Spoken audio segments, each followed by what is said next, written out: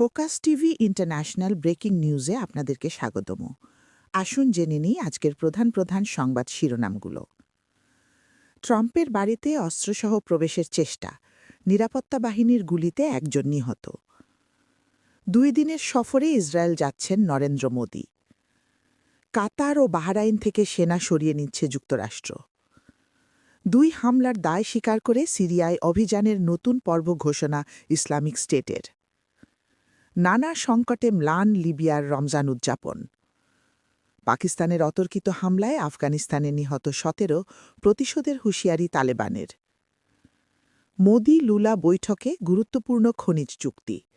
গুরুত্বপূর্ণ খনিজ ও দুর্লভ মৃত্তিকায় সহযোগিতা বাড়াতে শনিবার 21 ফেব্রুয়ারি একমত হয়েছে ধারক ব্রাজিল। সকল দেশ থেকে যুক্তরাষ্ট্রে পণ্য আমদানিতে 15% শুল্ক বৃদ্ধির ঘোষণা ট্রাম্পের।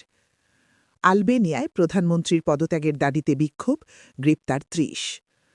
এই ছিল আজকের প্রধান প্রধান আন্তর্জাতিক সংবাদ শিরোনাম। আমাদের পরবর্তী সংবাদ দেখার জন্য ফোকাস টিভির সাথে থাকুন। ধন্যবাদ।